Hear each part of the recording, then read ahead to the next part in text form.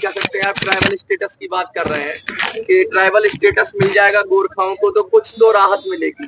क्या कहेंगे इस मांग के समर्थन? नमस्कार आप सभी को। और आज मैं यहाँ हमारे साथियों के साथ सम्मिलित होने आया हूँ, उनके साथ सॉलिडेरिटी एक्सप्रेस करने आया हूँ। जैसे कि आप जानते हैं, आपने स्वयं प्रश्न में कहा भी कि ये हमारा कोई नया मांग नहीं है, ये बहुत पुराना मांग है। बल्कि बीजेपी के मैनिफेस्टो में ये ऑलरेडी पहले भी आई हुई बात है। और बीजेपी के मैनिफेस्टो में ही नहीं, परंतु हमारे प्रधानमंत्री नरेंद्र मोदी जी ने वहाँ हमारे क्षेत्र में जाकर ये जातियों का नाम लेकर, एक एक नाम लेकर उन्होंने कहा निश्चित ही सम्मिलित होंगे इस सूची में। और उन्होंने कहा था, उसी समय उन्होंने कहा था, जो हमारे साथी लोग बार बार याद करते हैं, कि गोरखाओं का सपना भी मेरा सपना है। तो खैर वो सपना तो सपना ही रह गया। हमें क्या पता था सपना का मतलब दर्शन नहीं होता, सपना का मतलब केवल एक मिथ्या होती है। मगर प्रधानमंत्री जी ने उस समय सपना को एक मिथ्या के रूप में प्रयोग किया था, और हमने सोचा सपना का मतलब एक दर्शन होता है, क्योंकि कहते हैं ना, सपना देखो तो पूरा हो जाएगा। उस हिसाब का सपना नहीं था। तो आज बड़ी दुख की बात है कि इस प्रकार से हमारे जनजाति महासंघ के साथी लोग दिल्ली से और दार्जिलिंग से और अन्य जगहों से यहाँ पर एकत्रित हुए अपने मांग को लेकर। और ये हमारे डेमोक्रेसी का एक विडंबना है कि स्वयं सरकार ही कुछ चीज को प्रॉमिस करती है और उसको प्रॉमिस को याद दिलाना पड़ता है। और कई बार तो प्रॉमिस से वो मुकर भी जाते हैं, अपने जो उन्होंने जो वादे किए उससे मुकर जाते हैं। और उनमें से ये जो वादे जो मुकरे हैं, हमारे साथ तो बहुत सारे ऐसे घटनाएं हुई हैं। उनमें से ये हमारे गोरखा जाति का जो जनजाति की सूची में सम्मिलित होने का जो मांग है, ये उन्हीं के द्वारा दिया गया वायदा है और उन्हीं के द्वारा इसको नकारा भी गया है। कल ही जो है पार्लियामेंट में हमारे सिक्किम के एक सांसद ने इसी जनजाति के विषय में पूछा था, और उनको भी यही जवाब दिया गया कि हमारे जो ड्यू प्रोसेस है, हमारा जो मोडालिटीज है इसको करने में, उसके तहत आपकी ये मांग को हम पूरा नहीं कर सकते, कहकर साफ साफ सरकार ने लिखा हुआ है। तो इसमें तो हम तो यही शुरू से ही जानते थे कि सरकार जो पार्टी इस समय सरकार बनाई है, वो झूठ बोलने वाली पार्टी है, झूठ बोलती है, अपने वादे को पूरा नहीं करती।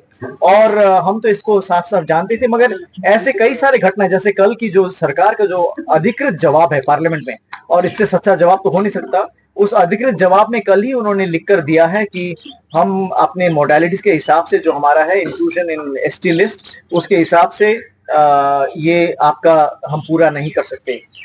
तो हम चाहते हैं कि सरकार, जो पार्टी सरकार चला रही है, उनके नुमाइंदे या उनके जो प्रतिनिधि हैं, जो वो लोग जाकर हमारे लोगों से जो बार बार झूठ बोलते हैं, हमारे लोग भी अब इस झूठ को देख चुके हैं। और इसी कारण से आज यहाँ पर आए हैं, इसी कारण से आज यहाँ अपना आक्रोश प्रकट करने आए, और हम भी इसी सॉलिडारिटी में हैं। आपको पता है कि मैं इसी लोकसभा में मैं इस बार प्रत्याशी भी था, कांग्रेस पार्टी की तरफ से प्रत्याशी था।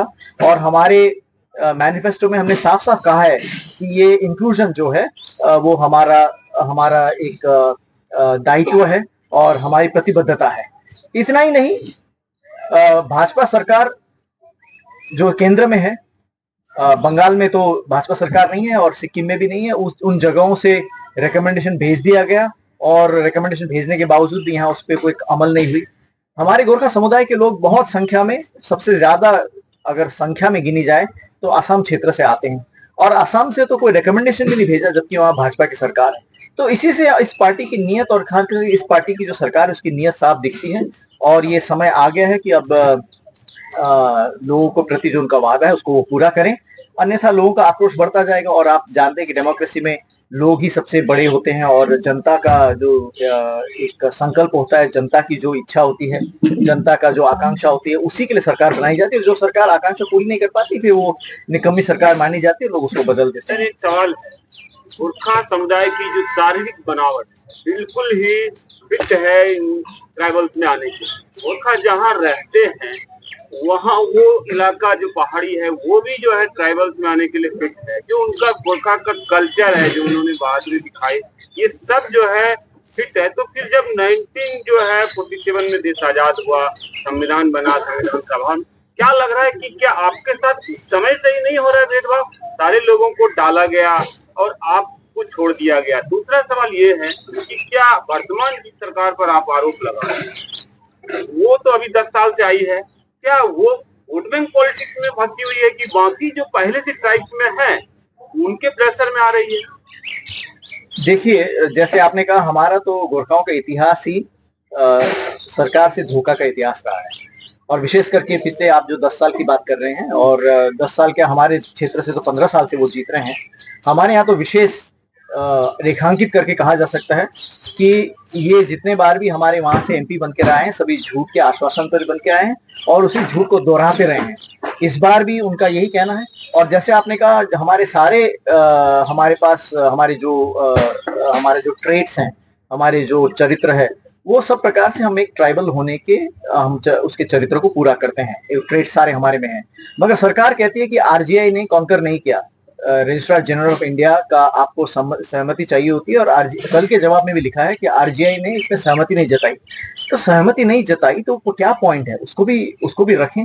किन पॉइंट से वो समझते हैं कि हम ट्राइबल नहीं है, क्या चीज है जिसके कारण से उनको लगता है कि हमें ट्राइबल स्टेटस नहीं मिलना चाहिए, इन बातों को भी रखें। मैं चाहता हूं कि हमारे जो सांसद है राजू बिस्टर जी हैं, सरकार से पूछे, वो तो सरकार के अंग है, सरकार के ही पार्टी के वो हैं, वो रखे, इस बात को पूछे और उसमें जो भी स्पष्टीकरण रखना है अपने तरफ से पार्टी के अंदर, पार्टी के फोरम में और सरकार में। प्रधानमंत्री के बड़े नजदीकी वो अपने आप को बताते हैं, गृह मंत्री के भी नजदीकी वो बताते हैं, और हमें ऐसा सुनने में भी आया है। तो अपनी नजदीकी को प्रयोग करें, कन्विंस करें, क्योंकि इस समय जिम्मेदारी उनके ऊपर है। वो इलेक्शन जीत के आए हैं, वो इस प्रतिज्ञा में आए हैं और वो सरकार के हैं, सरकारी यंत्र के अंदर है वो, तो उनको ये अपना जिम्मेदारी को निभाना चाहिए। आपका क्वेश्चन सही है, और मेरा सिर्फ एक सवाल ये है कि आपने उसका आंसर नहीं दिया। जो इतिहास पे फोकस करना है, संविधान सभा बना उस समय क्या गोरखा लोग जागरूक नहीं थे, या उनकी मांगों को डिनाई किया गया, उसी समय धोखा हुआ सबसे बड़ा उनके साथ?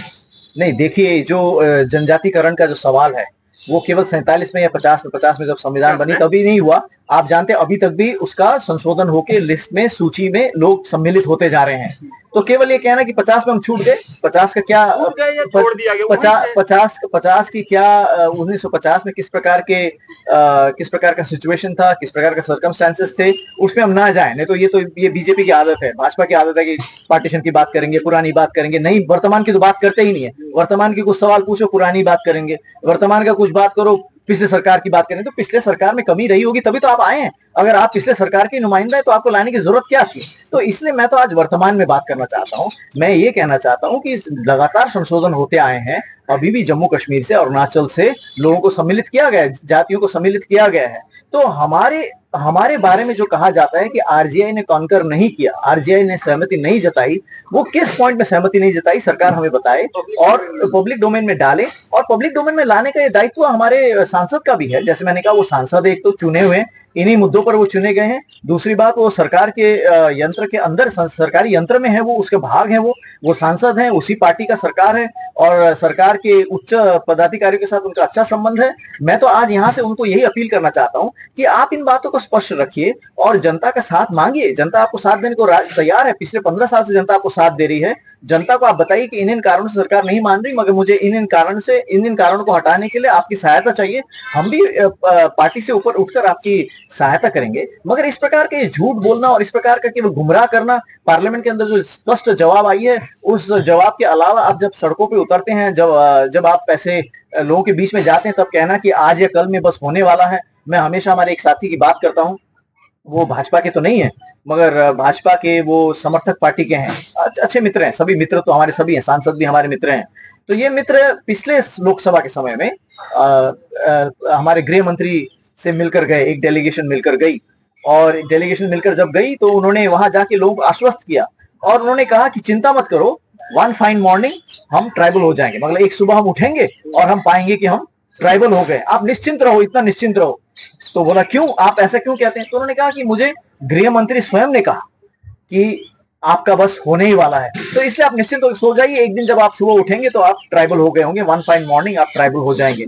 मगर वो one fine morning, one fine afternoon हो गया, वन फाइन इवनिंग हो गई, वन फाइन वीक हो गया, वन फाइन मंथ हो गया, पूरा लोकसभा बीत के चला गया, नया सरकार भी आ गई, कुछ नहीं हुआ और लोगों ने उनको बहुत उनका उपहास किया, उनका मजाक उड़ाया। तो आप तो कहते हैं वन फाइन मॉर्निंग, मैं कहता हूं उनका मजाक मत उड़ाओ, क्योंकि वो तो गृह मंत्री की बात सुनकर आए हैं ना। उनको क्या पता था कि गृह मंत्री कहेंगे फिर भी नहीं होगा? ऐसे तो कभी होता नहीं, गृह मंत्री कह दें, प्रधानमंत्री कह दें और उसके बाद भी ना हो, ऐसा तो अब उसमें तो गलती उनकी नहीं है, उसमें तो कहने वाले की गृह मंत्री की, प्रधानमंत्री की गलती है।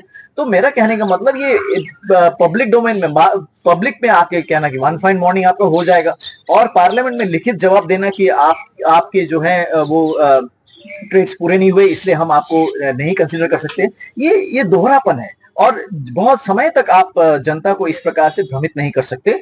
मैं राजू बिष्ट जी से आज फिर से अपील करता हूं, मैं आज यहाँ उनके विपक्षी पार्टी का होकर नहीं, उनका एक गोरखा दाजू होकर, उनका एक गोरखा हितैषी होकर, उनका गोरखा समुदाय का एक भाई होकर, भाई होने के नाते मैं उनसे यही कहता हूं कि आप भी अपने पार्टी के अंदर आप बात कीजिए, क्या चीजें उनको दुरुस्त कीजिए, क्या चीज है जिस कारण से सरकार में यदि इस प्रकार की विचार है, आरजीआई में इस प्रकार के विचार हैं कि हमको वो ट्राइबल स्टेटस नहीं दे सकते, वो क्या चीजें उनको आप दुरुस्त कीजिए। सरकार में आपकी बहुत अच्छी पहुंच है, हमने सुना है, हमने देखा भी, आप स्वयं भी कहते हैं, आप कीजिए, आप सरकार की, हम तो बाहर हैं, हम तो सड़क में बैठे हैं, हम तो क्या कर सकते हैं इससे ज्यादा कि हम आवाज उठाएं। हमारे भाई लोग कितने समय से आवाज उठा रहे हैं, हम भी उनके साथ सम्मिलित होने आए, हम भी अलग अलग मंच में अपनी आवाज उठाते हैं, हम इनके मंच में जाते हैं, ये हमारे मंच में आते हैं, हम इससे ज्यादा और जनता के रूप में हम क्या कर सकते हैं। मगर हमारा हौसला को हम बुलंद रखेंगे और मैं फिर से सरकार को भी ये याद दिलाना चाहता हूं कि जनता का जो आकांक्षा है उसके साथ ज्यादा खिलवाड़ नहीं करनी चाहिए। बहुत बहुत शुक्रिया। Thank you.